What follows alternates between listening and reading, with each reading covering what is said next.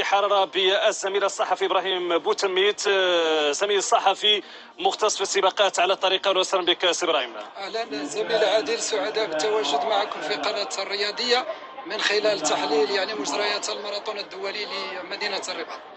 إذا أقل من 15 دقيقة تقريبا سنعيش الحدث العالمي. بداية سي أحمد، هي لحظة بأن تاريخي مرة نحضر ماراثون. الزملاء الإعلاميين مختصين في سباقات على الطريق، وأنت اليوم تتابع الآن ما يجسد على أرض الواقع من إمكانيات لوجستيكية، وما شاء الله. شوف يمكن نقول الماراثون سيكون من أبرز الماراثونات. صح التعبير. اليوم الرباط عاصمة إفريقيا من حيث التنظيم، ماراثون يحضر فيه العديد من الأبطال والبطلات من جنسيات مختلفة، حيث أشارت اللجنة التقنية في الندوة الصحفية السابقة لهذا الحدث العالمي بأن حوالي تقريبا 65 دولة يحضرون من القارات الخمس ليؤتتون هذا العرس الرياضي الكبير. واكيد اليوم نتمنى ان شاء الله ان يكتمل العرس من خلال تحطيم رقم قياسي ولما لا باسم عداء مغربي. بطبيعة الحال اخي عادل، ابرز الاسماء بالنسبه للعدائين المغاربه المشاركين، هناك البطل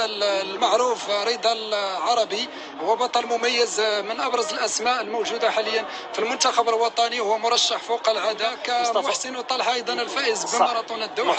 هناك فتحي عبد الناصر، اسماء مغربيه مميزه، ونتمنى ان هذه الاسماء تدير واحد التشكيله وتنزع اللقب من وهذا هو الرهان كذلك ليش منظم السي احمد خويا، لانه اي منظم للسباق الماراثون لو يتمنى من خلال مشاركته شهر يناير الماضي في ماراثون الدوحه بقطر الذي فاز بلقبه بطلنا محسن طلحه.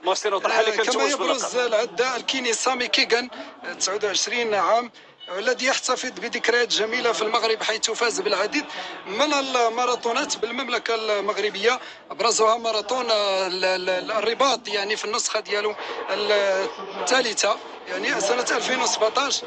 وكذلك عدائين مغاربة. والتحدي الأكبر بالنسبة للمنتخب أو العناصر المنتخب الوطني هو الفوز على البطل الذي حقق الرقم القياسي لماراثون الرباط، سامي كيغان كورير، ساعتين و8 دقائق و12 ثانية، وهو رقم البطولة. وأيضا العداء الكينيا سيلفيا لها ساعتين و25 دقيقة و52. يكون بوديوم مغربي بامتياز، ولنا الثقة في العناصر المتواجدة. نشاهد الأبطال المغاربة لحد الآن لا زالوا يراقبون السباق، وهذه خطة هذا بالنسبة للذكور. بالنسبة للسيدات هناك بطلات مميزات مغربية. تتحدث عن البطلة كردادي فاطمة الزهراء، بطلة مميزة لها ساعتين و25 دقيقة، تدربت بمرتفعات فران، هي حاضرة من أجل أن تحقق ربما اللقب. هناك البطلة المخضرمة كلثوم بوعسرية، ملاحظة قبل أن تفوتني هذه الملاحظة، بما أنني تحدثت عن كلثوم، هي ابنة الصحراء المغربية من آسا، وهي عداءة الجيش الملكي، وهي صاحبة لقب ماراثون مراكش الدولي. هي عداء قوية لها ساعتين 27 دقيقة.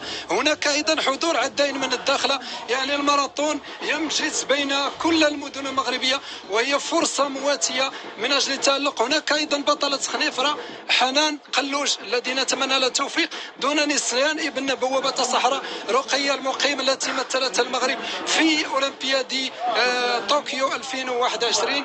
وأيضا هناك بطلة أخريات، ونتمنى التوفيق للمقدمة ديالهم الإثيوبية مولهاب تسيغا.